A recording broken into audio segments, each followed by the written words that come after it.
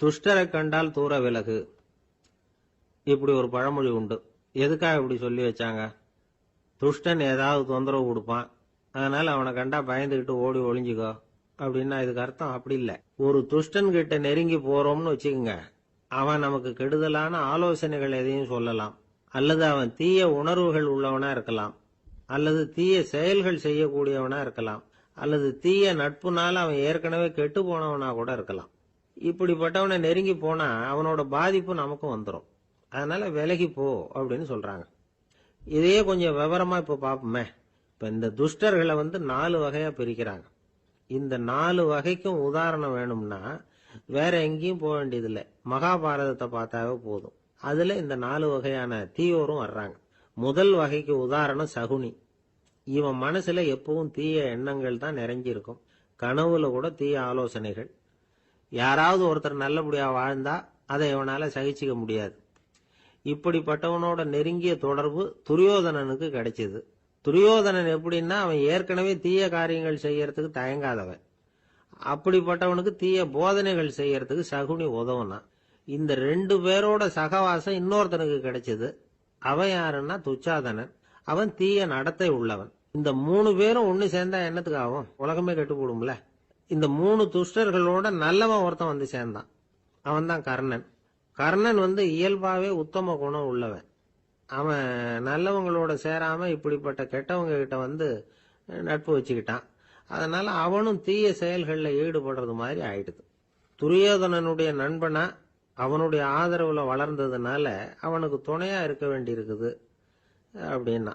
நட்பு உரிமையினால உதவி புரிய வேண்டியது சரிதான், அது தப்புன்னு சொல்ல முடியாது. இருந்தாலும் தீய செயல்களுக்கு உதவி செய்யறது சரியில்லை.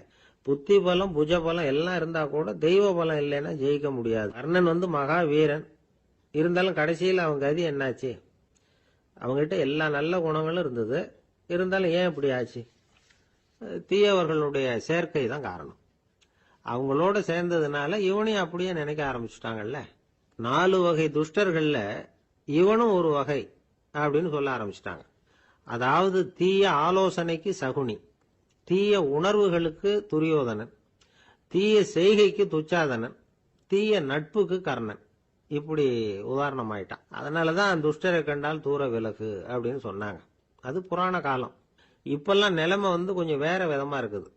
அன்னைக்கு ஒரு நாள் அப்படிதான் ஒரு காட்டு பாதையில யாரோ ஒருத்தர் அடிபட்டு கிடந்தார். யாரோ ஒரு துஷ்டன் அவனை அடிச்சு போட்டுட்டு போயிட்டான் போல இருக்கு. அந்த வழியா போன ஒருத்தர் பரிதாபப்பட்டு அவனை போய் தூக்கினார், ஆறுதல் சொன்னார்.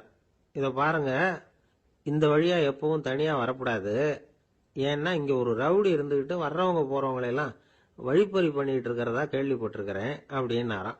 இனிமே அப்படி கேள்விப்பட மாட்டீங்க அப்படின்னு அந்த ஆளு. ஏன்னு கேட்டிருக்காரு இவர். அவன் சொல்லியிருக்கான், நான் தான் சார் அந்த ரவுடி. இந்த வழியா போனவங்க கிட்ட தகராறு பண்ணேன், அவங்க தான் என்ன இப்படி அடிச்சு போட்டு என்கிட்ட இருந்த பணத்தை எல்லாம் புடுங்கிட்டு போட்டாங்க சார். காலம் ரொம்ப கெட்டு போச்சு அப்படின்னு நானா ரொம்ப பரிதா. ஒரு சராசரி மனிதனுடைய இயல்பு என்ன? இன்பம் வந்தா துள்ளி குதிப்பான், துன்பம் வந்தா சோர்ந்து போய் ஒரு மூலையில உட்காந்துருவான். இவன் தான் சராசரி மனிதன். ஆனா ஒருத்தன் இன்பம் வந்தா அதுக்காக மகிழ்ச்சி அடையறது இல்ல, துன்பம் வந்தா அதுக்காக சோர்ந்து போறது இல்ல அப்படின்னு வச்சுக்கோங்க. அப்படி இருந்தா அவன் சாதாரண ஆள் கிடையாது. ஒரு ஊர்ல ஒரு ஞானி இருந்தார். அவரை தேடிட்டு ஒரு பெரியவர் வந்தார். ஐயா, ஞானத்துல சிறந்த ஞானம் எது அப்படின்னு கேட்டாராம். இதுக்கு அந்த ஞானி என்ன பதில் சொன்னார் தெரியுமா?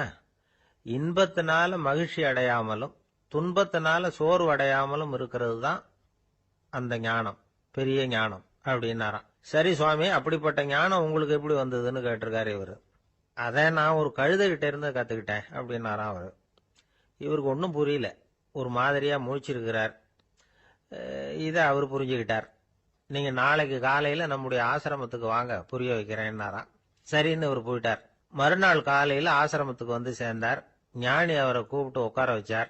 வாங்க இப்படி உட்காருங்க, கொஞ்ச நேரத்துல இந்த வழியா ஒரு கழுதை போகும், அதை கவனிச்சு பாருங்கன்னாராம். இவருக்கு இன்னமும் ஒன்றும் புரியாம போச்சு, ஒரே குழப்பம். இருந்தாலும் அந்த ஞானி சொன்னது மாதிரியே உட்கார்ந்துருக்கிறார். கொஞ்ச நேரத்துல அந்த வழியா ஒரு கழுதை போச்சு. அது முதுக நிறைய அழுக்கு மூட்டைகள், அதை சுமந்துக்கிட்டு போகுது. ஒரு செலவு தொழிலாளி அதை ஓட்டிட்டு போறார். கொஞ்சம் தூரத்துல ஒரு ஆறு இருக்கு, அங்க போய் துணியெல்லாம் சுத்தப்படுத்திக்கிட்டு சாயந்தரமா திரும்பி இந்த வழியாவே வருவாங்க. ஞானி சொன்னது மாதிரியே இந்த பெரியவர் அழுக்கு மூட்டையை சுமந்துக்கிட்டு போற அந்த கழுதையை கவனிச்சார். கழுதை போயிட்டுது. அதுக்கப்புறம் ஞானியை திரும்பி பார்த்தார். இப்ப அந்த ஞானி சொன்னார், சாயந்தரம் வரைக்கும் நீங்க இங்கேயே இருக்கணும்னார். அதே மாதிரி இவர் இருந்தார். சாயந்தரமா அந்த ஞானி சொன்னார், ஐயா இப்ப கொஞ்ச நேரத்துல அந்த கழுதை இந்த வழியா திரும்பி வரும், அதையும் கவனிச்சு பாருங்கன்னார். இவரும் கவனிச்சு பாக்குறார். கழுதை வந்தது. அது முதுகுல சலவை செய்யப்பட்ட துணி மூட்டை. அது பாட்டுக்கு சுமந்துக்கிட்டு போய்கிட்டு இருக்குது. பெரியவருக்கு ஒன்றும் புரியல. பொறுமை இழந்துட்டார். சரி சுவாமி, இந்த கழுதைக்கும் உங்க ஞானத்துக்கும் என்ன சம்பந்தம் அப்படின்னார். இப்ப அந்த ஞானி விளக்கினார். ஐயா, இந்த கழுதை இதே மாதிரி தினமும் காலையில அழுக்கு மூட்டைகளை சுமந்துக்கிட்டு ஆத்துக்கு போகுது. மாலையில வெண்மையான சுத்தமான துணிகளை சுமந்துக்கிட்டு திரும்பி ஊருக்கு போகுது. காலையில இது போகும் பொழுது முதுகல அழுக்கு மூட்டைகளை சுமந்துக்கிட்டு போறோமேங்கிற வருத்தமும் அதுக்கு கிடையாது. சாயந்தரம் திரும்பி வரும்பொழுது சுத்தமான துணிகளை சுமந்துக்கிட்டு வர்றோமேங்கிற மகிழ்ச்சியும் அதுக்கு இல்லை. இதை பார்த்துதான் நானும் அது மாதிரி ஞானத்தை கத்துக்கிட்டேன் அப்படின்னாராம். அதனால யாரு கத்து கொடுக்கறாங்க அப்படிங்கறத விட எதை கத்துக்கிறோம் அப்படிங்கிறது தான் முக்கியம். ஒரு சினிமா பாக்குறோம், ஒரு அருவி கொட்டுறது மாதிரி காட்சி வருது, தண்ணீர் வழியுது. படம் முடிஞ்சதும் பாத்தீங்கன்னா அந்த திரை என்ன நனைஞ்சு போயா இருக்கும். ஒரு தீப்பிடிச்சு எரியிற காட்சியை சினிமாவில் பாக்குறீங்க, காட்சி முடிஞ்சதும் அந்த வெண் திரையே கருகி போயா இருக்கும். படத்துல வர்ற தண்ணீரும் நெருப்பும் அந்த திரையை பாதிக்கிறது இல்லை. நாம அந்த திரை மாதிரி இருக்கிறதுக்கு கத்துக்கணுமா. அந்த பக்குவம் வந்துட்டுதுன்னா இன்பமும் துன்பமும் நம்ம எதுவும் செய்யாது. ஒரு சினிமாவை பாக்குற வரைக்கும் சிரிக்கலாம், அழலாம். பார்த்துட்டு வெளியில வரும்பொழுது அழுதுகிட்டே வரக்கூடாது. ஒருத்தர் வந்தார். அப்படி படம் முடிஞ்சு வெளியில வரும்பொழுது அருவி மாதிரி கண்ணீர் சிந்திக்கிட்டே வரார். ஏன் சார் படம் அவ்வளவு சோகமா அப்படின்னு கேட்டார். இன்னொருத்தர், இல்ல சார், கூட்டம் ரொம்ப குறைச்சல் சார், மொத்தம் படம் பார்க்க வந்தவங்களே 15 பேர் தான் சார் அப்படின்னார் கண்ணீரை தொடச்சிக்கிட்டே. அதுக்கு நீங்க ஏன் சார் அழறீங்கன்னு கேட்டார் அவரு. இந்த படத்தோட தயாரிப்பாளரே நான் தான் சார் அப்படின்னாரா இவர். ஒரு அப்பாவுக்கு 2 பிள்ளைங்க. மூத்தவன் ரொம்ப அடக்கம். அப்பா எது சொன்னாலும் கேட்பான், பெரியவங்களுக்கு கீழ்ப்படிஞ்சு நடப்பான். இளையவன் அப்படி இல்லை, தான் நினைச்சதை தான் சொல்லுவான், செய்வான். அடுத்தவங்க சொல்றதை கேட்க மாட்டான், அடங்கி நடக்க மாட்டான். இந்த 2 பேர்ல யாரை உங்களுக்கு பிடிக்கும்? பெரியவனை தான் பிடிக்கும். ஏன்னா அவன் தான் சொல்ற பேச்சை கேட்கிறவன் அப்படின்னு சொல்லுவீங்க. ஆனா ஒரு ஞானி என்ன சொல்றாரு தெரியுமா? ஒரு குழந்தை அதன் அறிவுக்காக மதிக்கப்பட வேண்டுமே தவிர அதனுடைய கீழ்ப்படியும் தன்மைக்காக அல்ல அப்படிங்கிறார். நம்ம குழந்தைகளை சுயமா சிந்திக்கிறதுக்கு நாம விடுறதில்லை. மற்றவங்களை பார்த்து காப்பி அடிக்கிறதுக்கு தான் நாம அவங்களுக்கு கத்துக் கொடுக்குறோம். புகழ்பெற்ற மனிதர்கள் சிலருடைய பேரை சொல்லி நீயும் அவர் மாதிரி ஆகணும், இவர் மாதிரி ஆகணும் அப்படின்னு சொல்லிட்டே இருக்கிறோம். குழந்தைகள் தங்களுடைய தனித்தன்மையை வளர்த்துக்கிறதுக்கு நாம தடையா இருக்கிறோம். ஒரு குழந்தைகிட்ட அனாவசியமா நம்பிக்கைய வளர்த்துடக்கூடாது, எந்த கோட்பாட்டையும் திணிக்கக்கூடாது. நாம ஏற்கனவே அர்த்தமில்லாத கருத்துக்களையும் கொள்கைகளையும் மனசுல போட்டு நிரப்பி வச்சிருக்கிறோம். இந்த உலகத்துக்கு புதுசா சேர்ந்திருக்கிற ஒரு குழந்தையின் தூய்மையான மனசுல நம்ம கருத்துக்களை அறிமுகம் செய்ய அல்லது திணிக்கிறதுக்கு நமக்கு எந்த அதிகாரமும் கிடையாது. ஒரு குழந்தைய நீ இந்த மதத்தை சேர்ந்தவன் அப்படின்னு பிறந்ததுமே ஒரு முத்திரை குத்தி விடுறோம். இது அதோட சுதந்திரத்தை ஆரம்பத்திலேயே கிள்ளி எறியறது மாதிரி தான். நீங்க ஒரு மதத்தின் வழிமுறைகளை கடைபிடிச்சிட்டு வர்றீங்க, அந்த வழியில போய்கிட்டு இருக்கிறீங்க, சரி, அதனால போறீங்க. அதுக்காக உங்க குழந்தையையும் அதே வழியில தான் வரணும் அப்படின்னு கட்டாயப்படுத்துறதுக்கு உங்களுக்கு என்ன உரிமை இருக்குது? அந்த குழந்தை சுயமா சிந்திச்சு ஒரு முடிவுக்கு வரட்டுமே, அதுக்கு நீங்க ஏன் தடையா இருக்கிறீங்க? நமக்கு உண்மையிலேயே நம்ம குழந்தை மேல அன்பு இருந்தா இது மாதிரி திணிப்பு வேலைகளை செய்யக்கூடாது. திணிப்பு வேலைகள்ல இருந்து குழந்தைகளை காப்பாத்தினா போதும். அதுதான் ரொம்ப முக்கியம். அடுத்த தலைமுறை அற்புதமான தலைமுறையா உருவாகும். நாம தான் சாதி மத சங்கடங்கள்ல மாட்டிக்கிட்டு தவிக்கிறோம். அவங்களாவது சாதி மத வேறுபாடு இல்லாத சமுதாயத்தை பார்க்கட்டுமே, அந்த சௌகரியங்களை அனுபவிக்கட்டுமே. அதுக்கு நாம என்ன செய்யணும்னா ஒன்னும் செய்யாம இருந்தா போதும்.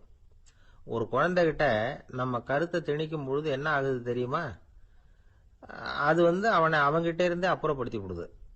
அவனுடைய தனித்தன்மையை அழிச்சுடுது. அவனை ஒரு எல்லைக்குள்ள திணிச்சுடுது. இதெல்லாம் அன்புங்கிற பேரால பெற்றோர்கள் செய்யற தப்பு. இதெல்லாம் கேட்டுக்கிட்டு இந்த காலத்துல அப்பா ஒருத்தர் சொன்னார், நான் கருத்துக்களை எல்லாம் என் பையன்கிட்ட திணிக்கிறது இல்லைங்க, ஆனா அதிகமா சாப்பிட சொல்லி கட்டாயப்படுத்துவேன் அப்படின்னார்.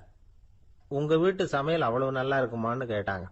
நல்லா இருந்தா நான் ஏன் அவனை சாப்பிட சொல்லி கட்டாயப்படுத்த போறேன் அப்படி. ஒரு நீதிமன்றம், அங்க ஒரு கொலை வழக்கு சம்பந்தமா விசாரணை நடந்துகிட்டு இருக்குது. அந்த வழக்கறிஞர் ரொம்ப தீவிரமா வாதாடிட்டு இருக்கிறார். தன்னுடைய கட்சிக்காரர் நிரபராதிங்கிறது அவருக்கு நல்லா தெரியும். அதனாலதான் அவர் சார்பா வாதாடுறதுக்கே ஒத்துக்கிட்டார். அப்படி அவர் மும்முரமா வாதாடிக்கிட்டு இருக்கிற சமயத்துல அவசரமா தந்தி ஒண்ணு வந்து சேர்ந்தது. அதை வாங்கி படிச்சு பார்த்தார். அதுக்கப்புறம் அதை மடிச்சு தன்னுடைய கோட்டு பையில வச்சுக்கிட்டு தொடர்ந்து வாதாட ஆரம்பிச்சிட்டார். பேசி முடிச்சாரு. அதுக்கப்புறம் அங்க கோர்ட்ல இருந்த சக வக்கீல்கள் அவர்கிட்ட வந்தாங்க. தந்தி ஒண்ணு வந்ததே, என்ன விஷயம் அப்படின்னு விசாரிச்சாங்களாம். அப்போ அவர் சொல்லியிருக்கிறார், ஊர்ல சிகிச்சைக்காக போயிருந்த என்னுடைய மனைவி இறந்து போனதா தந்தி வந்திருக்குது அப்படின்னாராம். மற்ற வக்கீல்களுக்கு அதிர்ச்சி. என்னங்க இது, மனைவி இறந்ததை விட கேஸ் முக்கியமா உங்களுக்கு அப்படின்னு கேட்டிருக்கிறாங்க. இறந்து போன என் மனைவி மறுபடியும் திரும்பி வர போறதில்ல. ஆனா என்னுடைய கட்சிக்காரர் ஒரு கொலை வழக்கில் மாட்டிக்கிட்டார். அவரோ நிரபராதி. அவர் உசுரை நான் காப்பாற்ற வேணாமா? இதுதான் என்னுடைய கடமை அப்படின்னாராம். இப்படி இவர் சொன்னது எல்லாரும் அப்படியே திகைச்சு போய் நின்னுட்டாங்களாம். சரி, கடமைக்கு முக்கியத்துவம் கொடுத்த அந்த வழக்கறிஞர் யார் தெரியுமா? அவர் தான் இரும்பு மனிதர் சர்தார் வல்லபாய் பட்டேல். குஜராத் மாநிலத்தில் 1875 அக்டோபர் 31 அன்றைக்கு ஜாவேரி பாய் அப்படிங்கிறவருக்கு 4வது பிள்ளையா அவர் பிறந்தாராம். இந்த ஜாவேரி பாய் யார் தெரியுமா? ஜான்சி ராணி லட்சுமி பாய் போர் படையில ஒரு வீரரா பணிபுரிஞ்சவர். இளம் வயசுல வல்லபாய் படேல் ரொம்ப சிரமப்பட்டு படிச்சிருக்கார். விடாமுயற்சி வெற்றியை கொடுத்தது. கல்லூரியிலையும் காலடி வச்சார். அதுக்கப்புறம் வக்கீல் பட்டத்தையும் வாங்கினார். பிரிட்டிஷ் ஆட்சி நடந்துகிட்டு இருந்த சமயம் குஜராத்தை சேர்ந்த பர்டோலி தாலுகாவில் விவசாயிகள் மேல அரசாங்கம் திடீர்னு நிலவரிய வசதி விட்டுதான். ஏழை விவசாயிகள் ரொம்ப கஷ்டப்பட்டிருக்காங்க. அரசாங்கம் வரி செலுத்தாத விவசாயிகளின் நிலங்களை எல்லாம் ஜப்தி செஞ்சுதான். அரசாங்கத்தை எதிர்க்கிறவங்களை எல்லாம் கைது பண்ணி சிறையில அடைச்சுட்டாங்களாம். சில பேர் வீடு வாசல் ஆடு மாட்டையெல்லாம் வித்து கூட வரி கட்ட வேண்டிய நிலைமைக்கு ஆளாயிட்டாங்க. வழக்கறிஞர் வல்லபாய் படேல் நிலவரியை உடனே ரத்து பண்ணணும் அப்படின்னு பம்பாய் கவர்னருக்கு ஒரு கடிதம் எழுதினார். எந்த பலனும் இல்லை. உடனே எல்லா விவசாயிகளையும் அணி திரட்டினார். அதுக்கு தானே தலைமை தாங்கினார். சத்தியாகிரகம் நடத்தினார். அந்த பகுதியில் எந்த வேலையும் நடக்கல. வேற வழி இல்லை. ஆட்சியாளர்கள் உடனே வரியை ரத்து பண்ணாங்க. சிறையில் இருந்தவங்களெல்லாம் வெளில விட்டாங்க. 1928 ஆகஸ்ட் 6 சர்க்காருக்கும் விவசாயிகளுக்கும் இடையில ஒரு உடன்பாடு ஏற்பட்டது. அதுக்கப்புறம் தான் நிலைமை சரியா போச்சான். வல்லபாய் பட்டேலின் பொது சேவையை பாராட்டின பொதுமக்கள் அவருக்கு சர்தார் அப்படிங்கிற பட்டத்தை கொடுத்தாங்களாம். சர்தார்னா தலைவர் அல்லது தளபதினு அர்த்தம். இரும்பு மனிதர்னு இவருக்கு பேரு. இருந்தாலும் நகைச்சுவை உணர்வும் இவருக்கு நிறைய உண்டு. ஒரு தடவை ஒரு பத்திரிகை நிருபர் வந்திருக்கார். சர்தார் பட்டேல் கிட்ட அவருக்கு பிடிச்ச பண்பாடு கலாச்சாரம் எது அப்படின்னு கேட்கணும்னு ஆசை. அதனால அவரை பார்த்து கேட்டாராம், ஏங்க உங்களுக்கு பிடிச்ச கல்ச்சர் எது அப்படின்னு கேட்டிருக்கார். இதுக்கு சர்தார் பட்டேல் சொன்ன பதில் என்ன தெரியுமா? எனக்கு பிடிச்ச கல்ச்சர் அக்ரிகல்ச்சர் அப்படின்னு. ஒருத்தர் குதிரை ரேஸுக்கு போனார். பணம் கட்டினார், தோத்து போயிட்டார். மறுபடியும் போனார், பணம் கட்டினார், தோத்து போனார். அடுத்த தடவையும் பணம் கட்ட போனப்போ அவரை தடுத்து கேட்டோம், ஏன் சார் ஏற்கனவே விட்டது போதாதா, இன்னமும் இருக்கிறத விடணுமா அப்படின்னு கேட்டோம். விட்டதையெல்லாம் மொத்தமா எடுக்க வேணாமா சார், அதுக்காக தான் தொடர்ந்து பணம் கட்டுறேன்னாரு அவரு. இவரை திருத்துறது ரொம்ப கஷ்டம். இது ஒரு மனநோய். மனநோய்கள்ல பல வகை உண்டு. மனநோய்கள் பிரிவு அட்டவணையில சூதாட்டம்ங்கிறது அவதி வரும் நோய் அப்படிங்கிற தலைப்புல வருது. சூதாட்டம் 2 வகைப்படும்னு சொல்றாங்க உளவியல் நிபுணர்கள். ஒரு வகை எப்படின்னா, நண்பர்களோட சேர்ந்துகிட்டு மகிழ்ச்சியும் கிளர்ச்சியும் அடையறதுக்காக ஈடுபடுறது. பிரச்சனைகளை தீர்க்கறதுல ஒரு ஆர்வம். கேளிக்கைக்காக கொஞ்சம் விட்டு பிடிக்கிறது அப்படிங்கிற மனுஷனுடைய அடி மனசுல உள்ள விபரீத பிணைய சுபாவம், இதெல்லாம் அதுக்கு காரணம். இன்னொரு வகை எப்படின்னா, சூதாட்டத்தில் ஈடுபட்டு ஒரு கட்டாய நிலைமைக்கு ஆளாயிடுறது. ஈடுபடு அப்படின்னு மனசு ஒரு வெறித்தன்மையை தூண்டிக்கிட்டே இருக்கும். இப்படிப்பட்டவங்களுக்கு நாம தோத்துக்கிட்டு இருக்கோம்ங்கிறது தெரியும். நாம ஜெயிக்கிறதுக்கான சந்தர்ப்பம் இல்லைங்கிறதும் தெரியும். இதனால நமக்கும் கஷ்டம், நம்ம சுத்தி இருக்கிறவங்களுக்கும் கஷ்டங்கிறதும் புரியும். அப்படி இருந்தும் சூதாடுவாங்க. இதுக்கு காரணம் சூதாடியின் பகற்கனவு அப்படிங்கிறாங்க நிபுணர்கள். இந்த நிலைமைக்கு கட்டாய சூதாட்டம் அல்லது நிர்பந்த சூதாட்டம் அப்படின்னு பேர் வச்சிருக்கிறாங்க. இப்படிப்பட்ட ஆசாமி இருக்கிறது பூரா விட்டுருவான், கடன் வாங்குவான், திருடுவான். இருந்தாலும் என்னைக்காவது ஒரு நாள் ஜெயிச்சிருவேன் அப்படின்னு சொல்லிக்கிட்டே இருப்பான். விட்டதை எடுத்துருவேங்கிற ஒரு நம்பிக்கை சுடர் அவனுக்குள்ள எரிஞ்சுக்கிட்டே இருக்கும். இவனை மனநோயாளி அப்படின்னு சொல்லிட முடியாதான். என்ன காரணம்னா, இது மாதிரி ஆளுங்க கிட்ட மன போராட்டமோ கவலையோ பதட்டமோ இருக்கிறது இல்ல. சில விசேஷமான குணங்கள் இவங்க கிட்ட உண்டு. எதிர்ப்பு உணர்ச்சி, சிறுபிள்ளைத்தனம், சட்ட திட்டங்களையும் சம்பிரதாயங்களையும் உட தெரியாத மனப்போக்கு, பொறுப்பில்லாத தன்மை, நெறி தவறி நடக்கிறது எல்லாம் இவங்ககிட்ட உண்டு. ஆனா வெளிப்பார்வைக்கு ரொம்ப சிநேகமா இருப்பாங்க, அன்பா இருப்பாங்க. அப்படி இருக்கிறதாக காட்டிக்குவாங்க. ஆதாயம், சுயலாபம் இதெல்லாம் கருதி தான் பழகுவாங்க. இவங்க கேட்கறப்ப நாம பணம் கொடுக்கலன்னு வச்சுக்கோங்க, நம்மளை கை விட்டுருவாங்க. நம்ம மேல அபாண்டமா பழி சுமத்துறது கூட தயங்க மாட்டாங்க. தங்களுடைய சூதாட்ட நடவடிக்கைகளுக்கு சாதகமான காரணங்களை சொல்லிட்டு இருப்பாங்க. நீ வேணும்னா பாரு, ஒரே நாள்ல நான் இழந்ததையெல்லாம் மீட்டு லட்சாதிபதி ஆறனா இல்லையா பாரு அப்படிம்பாங்க. தோத்து போறத ஒரு படிப்பினையா இவங்க எடுத்துக்கிறதே இல்லை. தோத்து போறதுலேயே இவங்களுக்கு ஒரு அலாதியான சுகம். தனக்குத்தானே துன்பத்தை வரவழைச்சிக்கிட்டு இன்பம் அடையிறதுக்கு தன்வதை சுகம் அப்படின்னு பேர். இவங்கெல்லாம் அந்த ரகம். சில பேர் எப்படி தெரியுமா, மந்திர எண்ணங்களை வரவழைச்சிக்கிறது, சூதாடுறதுக்காக ஆபீஸ்ல கையாடல் பண்றது, அடுத்தவங்க கிட்ட இருந்து திருடுறது. இந்த மந்திர எண்ணம் தீவிரமாச்சுன்னா ஒரு மாதிரியா பேச ஆரம்பிச்சிருவாங்க. தோல்விதான் சார் வெற்றிக்கு முதல் படியும்பாங்க. தன்னால பகடக்காய்களையும் குதிரை ஓட்டிகளையும், அதாவது இந்த ஜாக்கிகள், அதெல்லாம் கட்டுப்படுத்த முடியுங்கிற பித்து நிலைக்கு இவங்கெல்லாம் தள்ளப்பட்டுருவாங்க. சில சூதாடிகள் ஆராய்ச்சி பார்த்ததுல என்ன தெரிய வந்தது தெரியுமா, அவங்கெல்லாம் குழந்தை பருவத்துல அன்புக்காக ஏங்கினவங்களாம், புறக்கணிக்கப்பட்டவங்களாம், உதவிகளை பெற முடியாதவங்க, இப்படிலாம் இருந்திருக்கிறாங்க. இவங்க வளர வளர மற்றவங்க சௌகரியம் பற்றி அக்கறை இல்லாதவங்களா ஆயிடுறாங்க. அதிர்ஷ்ட தேவதை தன்னோட இருக்கிறாங்க அப்படிங்கிற அசையாத நம்பிக்கை இவங்களுக்கு. இவங்களை திருத்துறது ரொம்ப கஷ்டம். அதனால பந்தயம், சூதாட்டம் இது மாதிரியான விஷயங்களை விட்டு விலகியே இருக்கிறது தான் நமக்கு நல்லது. ஒரு ஆள் சொன்னான், என்னுடைய குதிரை வேகமா ஓடுறதுக்கு என்ன வழி அப்படின்னு கால்நடை மருத்துவர்கிட்ட யோசனை கேட்டேன். அவர் ஒரு பாட்டில் நிறைய மாத்திரைகளை கொடுத்து தினம் 2 மாத்திரை வீதமா கொடுக்க சொன்னார். முதல் நாள் 2 மாத்திரையை கொடுத்துட்டு அது மேலே ஏறி உட்கார்றதுக்கு போனேன். அவ்வளவுதான். அதுக்குள்ள அது அம்பு மாதிரி பாஞ்சு ஓடி போச்சு. நான் இன்னும் உட்காரவே இல்லை, அதுக்குள்ள பாஞ்சு ஓடி போச்சு அப்படின்னா. அடடா, அப்புறம் நீங்க என்ன பண்ணீங்க அப்படின்னு கேட்டாங்க. என்ன பண்றது, மீதி மாத்திரை பூராவே நான் முழுங்கி விட்டு அதுக்கப்புறம் துரத்தி பிடிச்சி அது மேலே ஏறி உட்காந்தேன் அப்படின்னா அவன். ஒரு ஊர்ல ஒரு மன்னன் இருந்தான், கொடுங்கோல் மன்னன். நிறைய தொந்தரவு பண்ணிட்டு இருந்தான். அவன் ஒரு தடவை என்ன பண்ணான் தெரியுமா, ஒரு தப்பும் பண்ணாத ஒரு இளைஞனை பிடிச்சி ஜெயிலில் அடைச்சுட்டான். அந்த பையனோட சொந்தக்காரங்கள்லாம் ராஜா கிட்ட போனாங்க. அவன் ஒரு தவறும் பண்ணல, அவனை விடுதலை பண்ணுங்க அப்படின்னு கெஞ்சி கேட்டுக்கிட்டாங்க. மன்னன் யோசனை பண்ணான். அந்த இளைஞனை கூப்பிட்டுக்கிட்டு வர சொன்னான். அவனை கொண்டாந்து ராஜா முன்னாடி நிறுத்தினாங்க. இதை பாருப்பா, உன்னை நான் விடுதலை பண்ணுவேன், ஆனா ஒரு கண்டிஷன். அந்த நிபந்தனையை நீ நிறைவேற்றினா உனக்கு விடுதலை அப்படின்னா மன்னன். சரின்னு ஒத்துக்கிட்டான் பையன். மன்னன் கண்டிஷன் என்னங்கிறத சொன்னான். உங்ககிட்ட ஒரு செம்மறி ஆட்டை கொடுக்க போறேன், 1 மாசத்துக்கு அதுக்கு தேவையான தீனியையும் கொடுக்க போறேன். 1 மாசம் கழிச்சு அந்த ஆட்டை எடை போட்டு பார்ப்பேன். அந்த ஆட்டின் எடை கொஞ்சம் கூட கூடி இருக்கக்கூடாது. எடை கூடி இருந்தா உனக்கு விடுதலை கிடையாது. என்ன சொல்ற அப்படின்னா. பையனுக்கு ஒன்றும் புரியல, பயமா போயிட்டுது. குழம்பிக்கிட்டே நின்றுகிட்டு இருக்கிறான். சரி, ஒரு நாள் டைம் தரேன், நல்லா யோசனை பண்ணி பார்த்துட்டு நாளைக்கு உன் முடிவை சொல்லு அப்படின்னா மன்னன். பையன் கவலையோட வெளியில வந்தான். அங்க ஒரு பெரியவர் நின்றுகிட்டு இருந்தார். அவர்கிட்ட விஷயத்த சொன்னான்.